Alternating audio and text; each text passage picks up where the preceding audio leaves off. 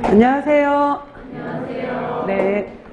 조리원리 시간이죠. 자, 조리원리 이론은 총 12회로 구성을 했어요. 그래서 저희가 4주 동안 문제풀이 하는 동안에 총 이제 1주당 3시간이 있어서 한 주당 해서 20문제씩으로 구성을 했거든요. 그래서 이제 그 각 주차마다 3회 분량씩 해서 여러분들이 미리 공부를 해서 오시면 돼요. 그래서 오늘 1, 2, 3회까지 풀 거고, 다음번엔 여러분들이 이제 4회, 5회, 6회 준비를 해 오시면 되는 거고요.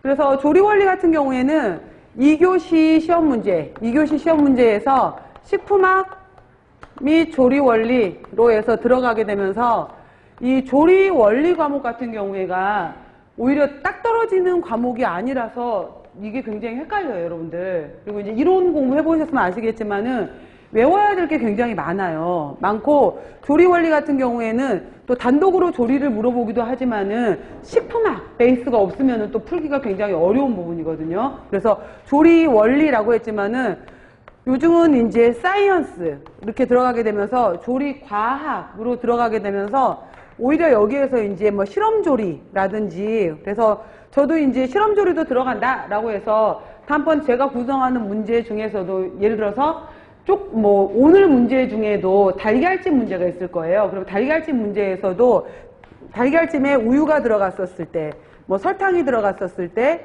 소금이 들어갔었을 때 이것이 어떻게 되겠느냐, 뭐 여러분 실험조리 그 과목 중에서 있었으면은 그런 식의 문제로 해서 실험조리도 들어가게 되고요. 그 다음에 가공 및 저장학이라고 해서 가공 저장학도 포함시키겠다라고 했었는데, 여기에서 가공이라고 나오는 것은 별다른 것이 아니라 우유 유제품의 가공이면은 치즈버터가 되겠죠. 그 다음에 두류에 있어서의 가공이다라고 하면 두부가 되는 거잖아요. 그러니까 그런 식으로 해서 이제 가공 저장 이렇게 또 들어가는 파트이기 때문에 식품학 및 조리 원리, 그 다음에 여기 이제 미생물 파트가 또 들어가게 되는데, 저도 시험 문제에 종종 이제 미생물을 집어넣기는 했어요. 근데 미생물 같은 경우에도 다시 분류를 하게 되면은 여러 가지 뭐 미생물의 종류를 나눈다든지, 미생물의 여러 가지 이제 증식에 대해서 나온다든지 이러는데, 이거 파트보다는 실제로 이제 우리가 조리원리하고 관련된 미생물 같은 경우에는 발효 부분이거든요. 발효 부분이기 때문에 예를 들어서 장류 발효에서 관여하는 균주라든지 김치 발효에서 관여하는 균주, 그 다음에 여기서 두류에서도 이제 콩 제품 같은 경우에 청국장이냐 된장 고추장 관련된 균주를 찾아라 이런 것도 있을 수 있고요. 그 다음에 이제 우유 유제품을 가지고서 치즈라든지 요구르트에 관련되는 균주 이름은 무엇이냐라고 해서, 저는 이제 제가 다루는 파트에서는 이쪽 발효는 이제 조리하고 관련된 발효 부분의 미생물 균주 얘기를 또 할 거예요. 그래서 이 조리원리 부분에서는 총 40문제잖아요, 여러분들. 그래서 예전에는, 전에 바뀌기 전에는 식품학, 그리고 식품 미생물, 그 다음에 조리원리에서 전에 이제 50문항이었었거든요. 50문항이게 되면은 대략 식품학에서 22문제, 그 다음에 조리에서도 20에서 22문제. 그래서 이 식품 미생물 파트에서 작게는 6문제, 많게는 10문제 이렇게 나와서 이제 50문제로 구성이 됐었어요.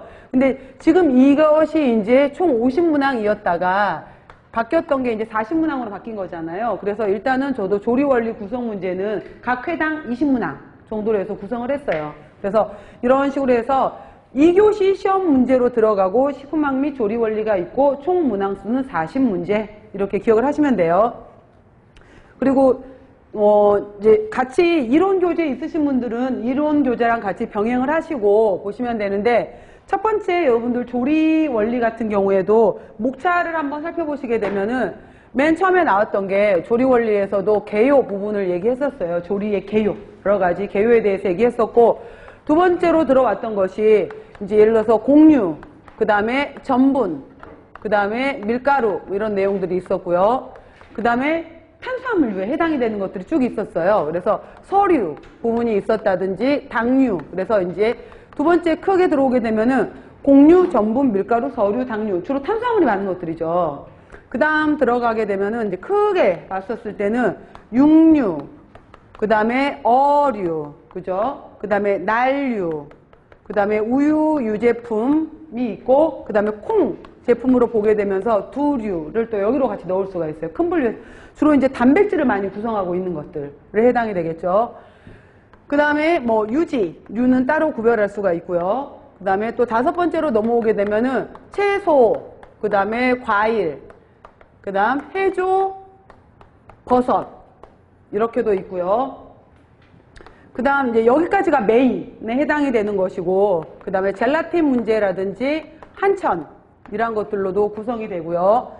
이제 그 밖으로 구성되는 것들에 기타로 들어가게 되면은 쭉 들어가게 되면서 이제 뭐 조미료, 그 다음에 향신료, 뭐 그 다음에 음료 뭐 이런 식으로 해서 이제 쭉 구성이 되거든요. 이렇게 해서 조리 부분은 이런 식의 내용들이 들어가게 돼요. 그래서 오늘 이제 이렇게 전체적인 문제 구성에 있어서 개요 부분으로 들어가게 되면은 주로 많이 나왔던 단어가 계량은 어떤 식으로 할래? 그러니까 사이언스, 뭐 대충이 아니잖아요. 대충이 아니라 어떤 식으로, 그러니까 무게로 잴래, 부피로 잴래, 뭐 계량법이라든지, 그 다음에 온도 측정을 해야 될 거 아니에요. 열. 그럼 도씨로 계산할래, 화씨로 계산할래, 열에 대한 내용. 그 다음에 열에 있어서도 열 전달 방법이 있을 거 아니에요. 그러면은 전도열을 이용했느냐, 아니면 복사열을 이용했느냐,